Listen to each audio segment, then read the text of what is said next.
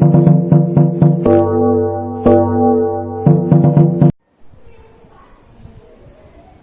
Morning વિદ્યાર્થી મિત્રો, હું દીપ પટેલ મેસ્લેબ ઇન્સ્ટિટ્યૂટમાં તમારું હાર્દિક સ્વાગત કરું છું. અને ધોરણ નંબર 10 છે અહીંયા, બરોબર છે. ચેપ્ટર 15 વિજ્ઞાનમાં આપણું પર્યાવરણ, અને લગભગ આ લેક્ચરનો આ ચેપ્ટરનો લાસ્ટ લેક્ચર હશે એવું કહી શકાય, બરોબર છે.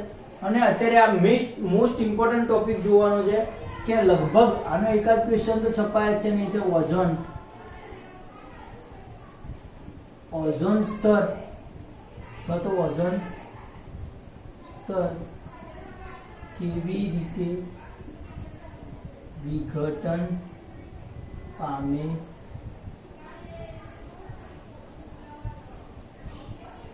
છે, અથવા તો ઓઝોન સ્તર વિશે ટૂંક નોટ લખો. કોઈ પણ ક્વેશ્ચન પૂછાય ઓઝોન સ્તર વિશે, ઓઝોનની ટૂંકમાં દરેક માહિતી તમને આપી દઉં છું. તમને જે રીતે પૂછાય એ રીતે તમે એનો આન્સર લખી શકો. સૌથી પહેલા ઓઝોન વાયુ વિશે સમજીએ. ઓઝોન શું છે? તો ઓઝોન એટલે કે O3, ઓક્સિજનના 3 પરમાણુથી બનેલો અણુ છે. O3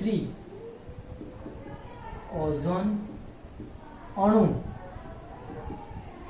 ઓક્સિજનના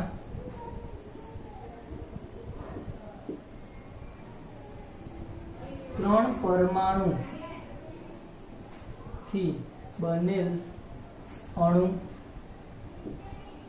છે. હવે O2 ની જે વાત કરીએ, O2 ઓક્સિજનનો અણુ કે જે ઓક્સિજનના 2 પરમાણુ ધરાવે છે. 2 પરમાણુ ધરાવે છે એ O2 ની વાત થાય છે. તે જારક સજીવો માટે ખૂબ જરૂરી છે. જારક સજીવો માટે ખૂબ જરૂરી. આ ઓક્સિજન જે છે એ જારક સજીવો માટે ખૂબ જરૂરી છે, જે શ્વસનમાં ઓક્સિજનનો ઉપયોગ કરે છે. પરંતુ O3 એ ઝેરી છે. ઓઝોન, O3 એટલે કે ઓઝોન ખૂબ ઝેરી. ઓક્સિજન છે ને, બે ઓક્સિજનના પરમાણુ હોય તો એ જારક સજીવો માટે ખૂબ સારી વસ્તુ છે, શ્વસનમાં ઉપયોગ થાય છે. પણ 3 ઓક્સિજનના ભેગા થાય તો એ ખૂબ ઝેરી થઈ જાય છે, બરોબર છે. યસ, એટલે એ વસ્તુ યાદ રાખવાની છે. બીજો આગળનો ટોપિક એ છે કેવી રીતે મદદ કરે છે ઓઝોન, બરોબર છે. તો કે સૂર્ય કે પૃથ્વીની ઉપરી સપાટીમાં આવેલા ઓઝોન સૂર્યના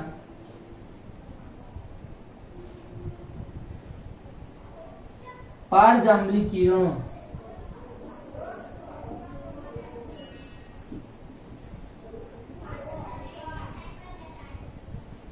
ને શોષે છે અને પૃથ્વીને એક રક્ષણ આપે છે, બરોબર છે. ઉપરની સપાટીમાં આવેલો જે ઓઝોનનું સ્તર છે, ઉપરની સપાટી એટલે કેટલી ઉપર? તો એવરેજ પૃથ્વીની સપાટીથી 15 થી 30 કિલોમીટરના એરિયામાં ઉપર પૃથ્વીથી, એટલે કે સ્ટ્રેટોસ્ફિયર કહેવામાં આવે છે. કયું સ્ફિયર? સ્ટ્રેટોસ્ફિયર કહેવામાં આવે છે. તે ઉપરી સપાટીમાં ઓઝોન સૂર્યના પારજાંબલી કિરણોને શોષે છે અને પૃથ્વીને રક્ષણ આપે છે. પારજાંબલી કિરણો શું કરે છે? તો કે સૂર્યના પારજાંબલી કિરણો ખૂબ જ નુકસાનકારક છે. નુકસાનકારક એક્ઝામ્પલ શું એનું? કે એક્ઝામ્પલ તરીકે મનુષ્યમાં થતા ચામડીના રોગ માટે આ સૂર્યના પારજાંબલી કિરણો જવાબદાર છે. મનુષ્યમાં થતા ચામડીના રોગ માટે કયા જવાબદાર છે? સૂર્યના પારજાંબલી કિરણો જવાબદાર છે. બરોબર. તો આ થઈ ગયું ઓઝોન. જો કોઈ વ્યાખ્યા પૂછે તો ઓઝોન કેવું છે? તો ઓક્સિજનના 3 પરમાણુઓથી બનેલો અણુ એ ખૂબ જ જે ઝેરી છે અને પારજાંબલી કિરણોને શોષવામાં મદદ કરે છે એ છે આપણો ઓઝોન. બરોબર છે. હવે એના પછી લખવાનું છે કે ઓઝોન છે એ બને છે કેવી રીતે. તો પહેલા એના બને છે કેવી રીતે એના ઇક્વેશન દ્વારા સમજીએ. તો કે જે ઓક્સિજન છે O2 જે વાતાવરણમાં છે એ એનું શું થાય છે? તો કે યુવી રે એટલે કે અલ્ટ્રા વાયોલેટ કિરણ. અલ્ટ્રા વાયોલેટ એટલે કે પારજાંબલી, અલ્ટ્રા વાયોલેટ એટલે પારજાંબલી કિરણો વડે ઓક્સિજનના જે અણુ હતા એનું વિઘટન થાય છે અને 2 સ્વતંત્ર ઓક્સિજન પરમાણુ મળે છે. આ શું મળે? 2 સ્વતંત્ર ઓક્સિજન પરમાણુ. સ્વતંત્ર ઓક્સિજન પરમાણુ પડે ખબર. હવે આમાંથી એક સ્વતંત્ર ઓક્સિજન પરમાણુ અને એક ઓક્સિજનનો અણુ, એક સ્વતંત્ર ઓક્સિજન પરમાણુ અને એક ઓક્સિજનનો અણુ બંને ભેગા થાય છે અને શું બનાવે છે? ઓક્સિજનના 3 પરમાણુ વાળો અણુ બનાવે છે અને એને જ આપણે શું કહીએ છીએ? આપણે આને ઓઝોન કહીએ છીએ. શું કહીએ છીએ? ઓઝોન બનાવે છે. બરોબર છે. એટલે લખાય કેવી રીતે? અહીંયા લખીએ છીએ એની બનાવટ. O3 ની બનાવટ અહીંયા લખું છું કે સૂર્યના પારજાંબલી કિરણો વડે, સૂર્યના પારજાંબલી કિરણો વડે O2 ઓક્સિજન ના અણુનું શું થાય છે? વિઘટન થાય છે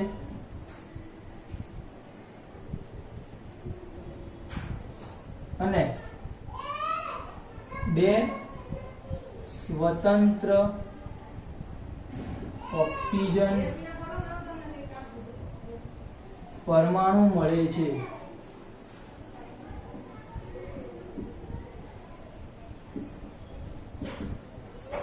બરોબર છે. 2 સ્વતંત્ર ઓક્સિજન પરમાણુ મળે છે. હવે આ સ્વતંત્ર ઓક્સિજન પરમાણુ, આ સ્વતંત્ર ઓક્સિજન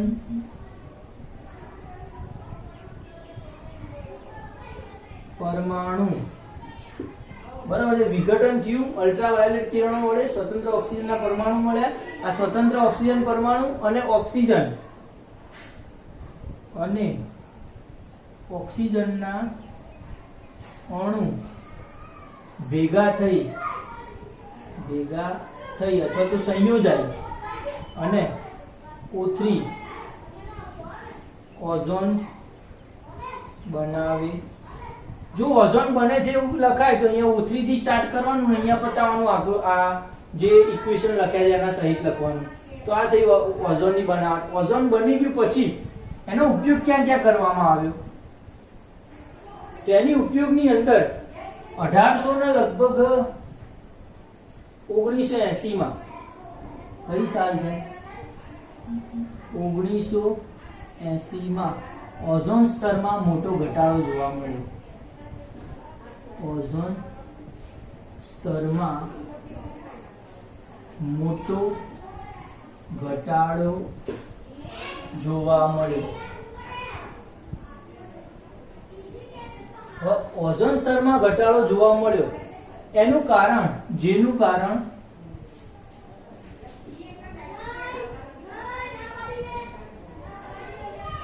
રેફ્રિજરેટર રેફ્રિજરેટર અને એટલે કે જેનું કારણ રેફ્રિજરેટર ને જેનું કારણ ક્લોરોફ્લોરોકાર્બન CFC मतलब કે ક્લોરોફ્લોરોકાર્બન અને માનવ સર્જિત રસાયણો હતા. બરોબર છે. જેનું કારણ શું હતું?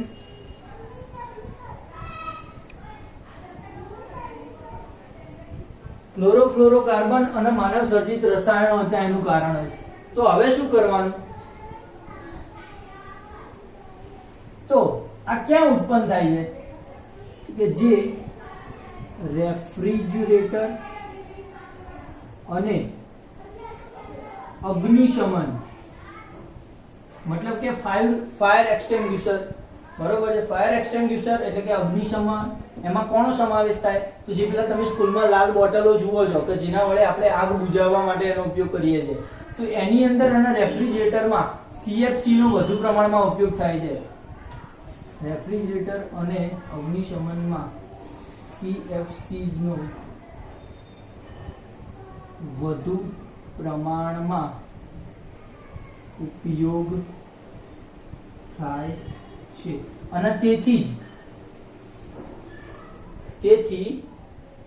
શું કર્યું તો કે એવરેજ 1987 માં UNEP યુનાઇટેડ નેશન્સ લખીએ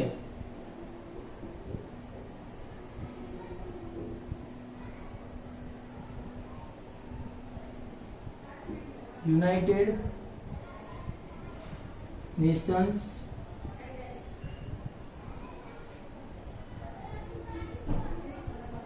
એન્વાયરમેન્ટ, લખવાનો શોખ નથી થયો મને ઇંગ્લિશમાં, પણ શોર્ટ ક્વેશ્ચનમાં પૂછાય છે કે UNEP નું ફૂલ ફોર્મ શું છે, પૂરું નામ જણાવો. તો યુનાઇટેડ નેશન્સ એન્વાયરમેન્ટ પ્રોગ્રામ, મતલબ કે ગુજરાતીમાં લખીએ તો સંયુક્ત રાષ્ટ્ર પર્યાવરણ સમિતિ કે જે કાર્યક્રમ હશે, સંયુક્ત રાષ્ટ્ર પર્યાવરણ કાર્યક્રમ અંતર્ગત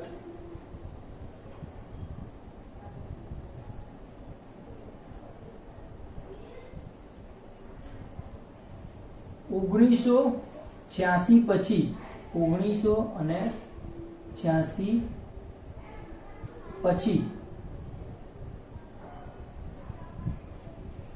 1986 પછી CFC ધરાવતા રેફ્રિજરેટરનું ઉત્પાદન બંધ કરવામાં આવ્યું.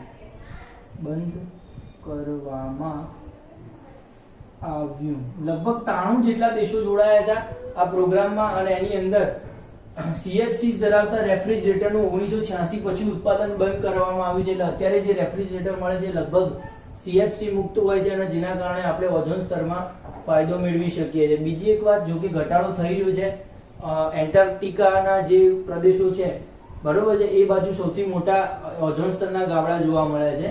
અને બીજી એક વાત કે અત્યારે લોકડાઉનની અસરથી ઓઝોન સ્તરમાં થોડા ઘણા અંશે ફેરફાર આવ્યો છે, બરોબર છે. એની ફેરફાર બહુ સારો કહી શકાય એવો છે, પણ એવું આપણે રનિંગ હોય તો આપણે બંધ રહેવાનું નથી, અને ફેરફાર શક્ય નતો. હવે આપણે અહીંયા જોઈએ કે ઓઝોન સ્તર કેવી રીતે વિઘટન પામ્યું છે. જો ખાલી એટલું જ પૂછાય કે ઓઝોન સ્તર કેવી રીતે વિઘટન પામે છે, તો આટલું જ લખવાનું છે, પારજાંબલી કિરણો વાળું અને આ બધું, બરોબર છે. ઓઝોન સ્તર અટકાવવાના ઉપાયો પૂછાય તો આ બધું લખવાનું કે CFC દ્વારા થાય છે, તો એના બંધ કરી દેવાનું, ના તે વગેરે લખવાનું છે, બરોબર. આખી ટૂંકમાં પૂછાય તો આખું લખવાનું છે, જે પૂછાય એ રીતે લખવાનું થશે તમારે, બરોબર છે. તો આ થઈ ગયું ઓઝોન સ્તર. આગળ ચર્ચા કરીએ તો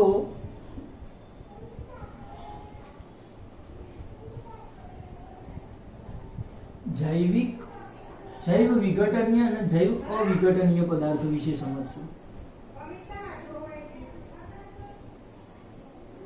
જૈવ વિઘટનીય પદાર્થ એટલે કેવું?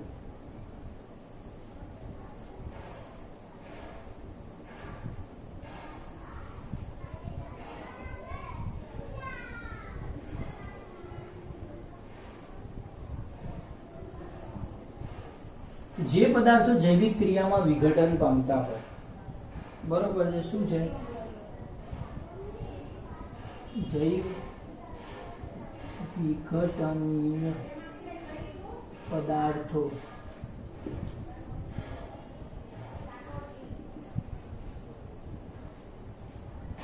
જે પદાર્થો જૈવિક ક્રિયા દરમિયાન વિઘટન પામતા હોય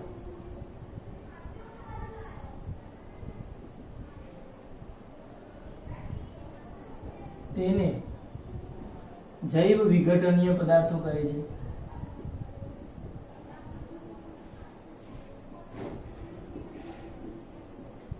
એક્ઝામ્પલમાં તમે લખી શકો કે કોઈ પણ જે કુદરતી જે શાકભાજી ફળ ફળાદીનો કચરો જે છે, બરોબર છે, કે જેનું વિઘટન કોઈ સૂક્ષ્મ જીવો દ્વારા એટલે કે જૈવિક ક્રિયા દરમિયાન એનું વિઘટન પામતા હોય તેને જૈવ વિઘટનીય પદાર્થો કહે છે.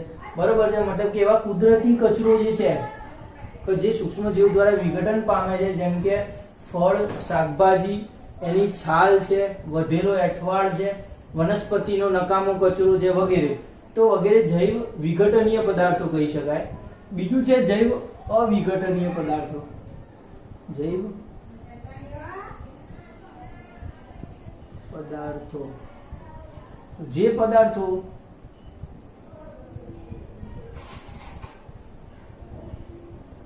જૈવિક ક્રિયા દરમિયાન વિઘટન પામતા ન હોય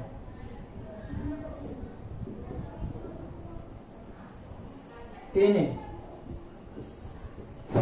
જૈવ અવિઘટનીય પદાર્થો કહે છે. એક્ઝામ્પલ તરીકે શું લઈ શકાય જૈવ અવિઘટનીય પદાર્થમાં? તો તમે લખજો તમારી રીતે કે પ્લાસ્ટિક છે, કાચ છે, પોલિથીન છે વગેરે જેવો કચરો કે જેનું સૂક્ષ્મ જીવો દ્વારા વિઘટન શક્ય નથી, તો એ બધા જ જે છે એ બધાનો સમાવેશ શેમાં થશે? જૈવ અવિઘટનીય પદાર્થોમાં.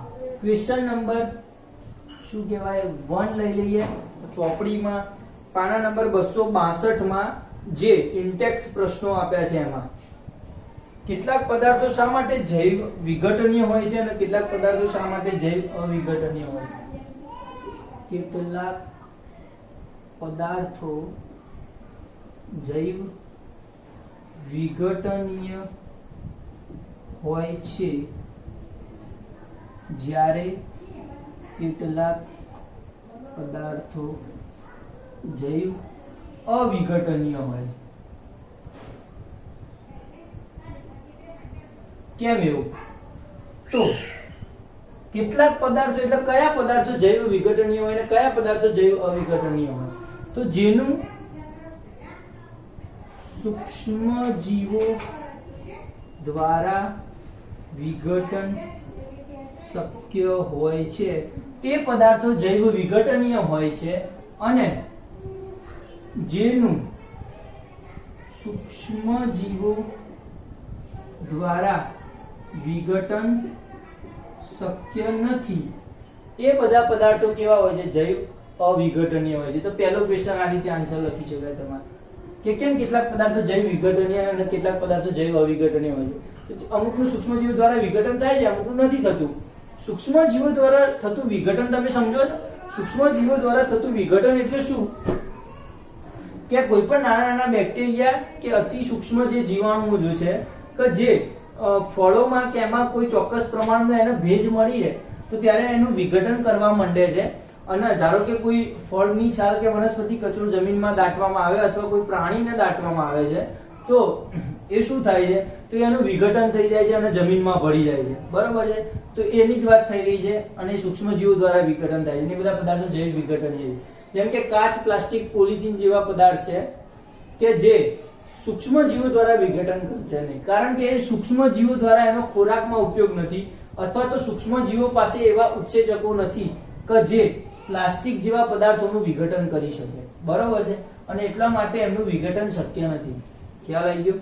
યસ. એટલે ખરેખર એવા ઉત્સેચકો તૈયાર કરવા જોઈએ, મારા મતે એવા ઉત્સેચકો તૈયાર કરવા જોઈએ કે જે ઉત્સેચક દ્વારા આપણે શું કહેવાય કે પ્લાસ્ટિક અને કાચ વગેરેનું પણ વિઘટન કરાવી શકાય. કારણ કે ખેલ અહીંયા ઉત્સેચકોનો છે. સૂક્ષ્મજીવો પાસે એવા ઉત્સેચકો છે કે જે ફળો અને કચરાનું વિઘટન કરી શકે છે, પણ એવા ઉત્સેચકો નથી કે જે કાચનું ને એનું વિઘટન કરી શકતા હોય. તો એવું વિઘટન કરી શકે એવા ઉત્સેચકો કૃત્રિમ રીતે પેદા કરવા જોઈએ, બરોબર છે. એવા ગુણધર્મ ધરાવવા જોઈએ કે જે કાચનું વિઘટન કરી શકે અથવા પ્લાસ્ટિકનું વિઘટન કરી શકે. તો સાયન્ટિસ્ટો એમાં મથે છે, થોડુંક મથવા દઈએ ત્યાં સુધીમાં. તમને કોઈ રસ હોય તો તમે મથજો એમાં, બરોબર છે. બહુ સારી વસ્તુ છે. બીજી એક ચર્ચા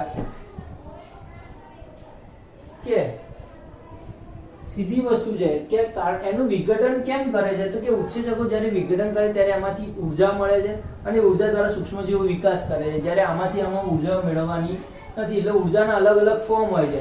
જેમ કે કોલસો જે છે તો કોલસાનું વિઘટન કરવાનો કોઈ મતલબ નથી, બરોબર છે. કેમ? કારણ કે કોલસો ખાવાથી કઈ ઉર્જા ના મળે. ખ્યાલ આવે છે? યસ. ચલો આગળ નો ક્વેશ્ચન શું છે કે જૈવ વિઘટનીય પદાર્થો એવી બે રીતો દર્શાવો, એવી બે રીતો દર્શાવો કે જેમાં જૈવ વિઘટનીય પદાર્થો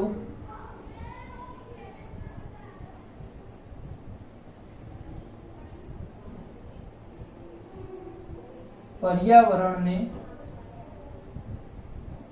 પ્રભાવિત કરે. એવી બે રીતો દર્શાવો કે જેમાં જૈવ વિઘટનીય પદાર્થો પર્યાવરણને પ્રભાવિત કરતા હોય, એટલે થોડા ઘણા પ્રમાણમાં નુકસાન પહોંચાડતા હોય એવું કહી શકાય. તો આનો આન્સર શું હોય છે કે કઈ બે રીતો છે કે જેમાં જૈવ વિઘટનીય પદાર્થો પર્યાવરણને પ્રભાવિત કરે છે? તો એક એ છે કે કોઈ સડી જવાના કારણે એનું દુર્ગંધ થાય છે, દુર્ગંધ ફેલાવવી, એ જૈવ વિઘટનીય પદાર્થો દ્વારા દુર્ગંધ ફેલાય છે, તો એ પર્યાવરણને પ્રભાવિત કરે છે. અને બીજી રીત એ લઈએ કે એનાથી શું કહેવાય, મચ્છર માખીનો ઉપદ્રવ વધે છે અને રોગચાળો ફેલાય છે. બે મુખ્ય કારણ છે જે પર્યાવરણને આ રીતે પ્રભાવિત કરે છે, જૈવ વિઘટનીય પદાર્થ. ત્રીજો ક્વેશ્ચન લઈએ, એવી બે રીતો દર્શાવો કે જેમાં જૈવ અવિઘટનીય પદાર્થો, જૈવ અવિઘટનીય પદાર્થો પર્યાવરણને પ્રભાવિત કરતા હોય.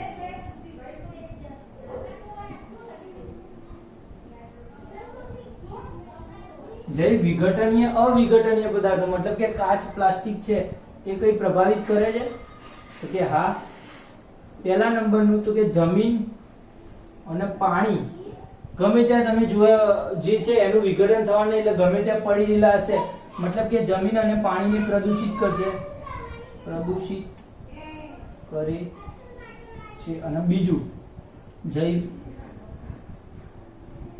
વિશાલન અથવા જૈવિક વિશાલનનો ભોગ બનાય છે, ભોગ પર્યાવરણનું નિવસન તંત્ર બને, મતલબ કે નિવસન તંત્રને નુકસાન પહોંચાડે છે. મતલબ કે પ્લાસ્ટિક જેવા પદાર્થો છે એ થોડા ઘણા અંશે શું થાય છે કે કોઈક ને કોઈક વસ્તુમાં ભળે છે પછી એનો પ્રાણીઓ અથવા એના દ્વારા ખોરાકમાં ઉપયોગ થાય છે અને વારાફરતી એ જૈવ વિશાલન દ્વારા છેવટે માણસના શરીરમાં જાય છે કચરો, બરોબર છે. એટલે કે જૈવિક વિશાલનનો ભોગ બને છે અથવા પ્રાણીઓ અથવા મનુષ્યો એ નિવસન તંત્રનો ભોગ બને છે. મતલબ કે નિવસન તંત્રમાં રહેલા કોઈ પણ પ્રાણીઓ છે તો એમાં એ ફેલાવાનું છે, બરોબર. ક્વેશ્ચન 264 ઉપરનો ક્વેશ્ચન છે ઓઝોન એટલે શું, નિવસન તંત્રને કેવી રીતે અસર પહોંચાડે છે, તો આપણે એના વિશે ચર્ચા કરી છે. આ 1 2 3 ક્વેશ્ચન ધ્યાન રાખજો.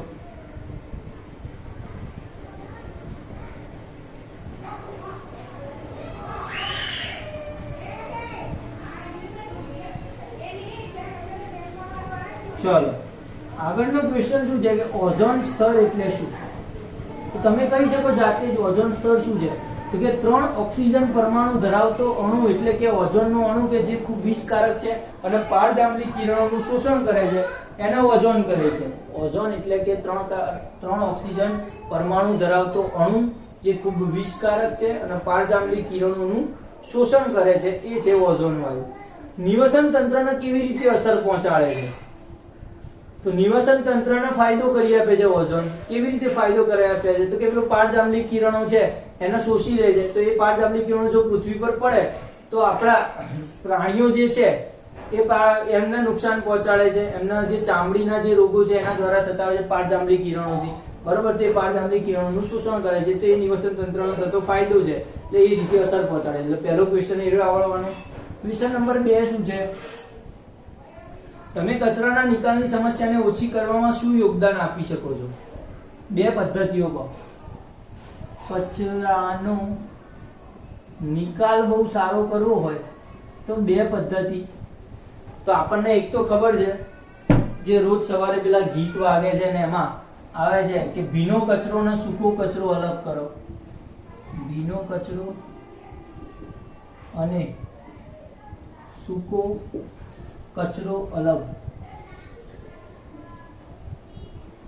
કચરો અને સૂકો કચરો અલગ કરો. બીજું શું છે, રિસાયકલ કરો, મતલબ કે પુનઃ ચક્રીકરણ. રિસાયકલિંગ, કોઈ પણ વસ્તુ જે પ્લાસ્ટિક પોલિથીન મળે છે એનું રિસાયકલિંગ કરવામાં ધ્યાન આપો. બીજું, ત્રીજું બાયોગેસ અથવા સુએજનો ઉપયોગ કરો. એટલે કે ટાંકીઓ બનાવેલી હોય છે અને એમાં જ કચરો નાખવાનો મોટું એનું વિઘટન કરાવવાનું કે જેથી ગેસ ઉત્પન્ન કરી શકાય અને એ કચરાનો યોગ્ય નિકાલ કરી શકાય છે, ખાતર તરીકે એનો ઉપયોગ કરી શકાય. તો બાયોગેસ અને સુએજનો ઉપયોગ કરો વગેરે, બરોબર છે. હવે આટલું ઇનફ છે. સ્વાધ્યાયના ક્વેશ્ચન તમારે જાતે સોલ્વ કરવાના રહેશે. આપણે આખું ચેપ્ટર ચલાવીશું. સ્વાધ્યાયના ક્વેશ્ચનમાં લગભગ એના રિપીટ થાય છે ક્વેશ્ચન. એકવાર નજર મારી અને જાતે સોલ્વ કરી દેવાના છે. એટલે એ ક્વેશ્ચન પૂછાવાના છે. એટલે આપણે અગાઉ જ્યારે એક્ઝામ લેવાની આવશે ત્યારે આ ચેપ્ટરની એક્ઝામ લઈશું. એટલે એની મહેનત કરી દેજો.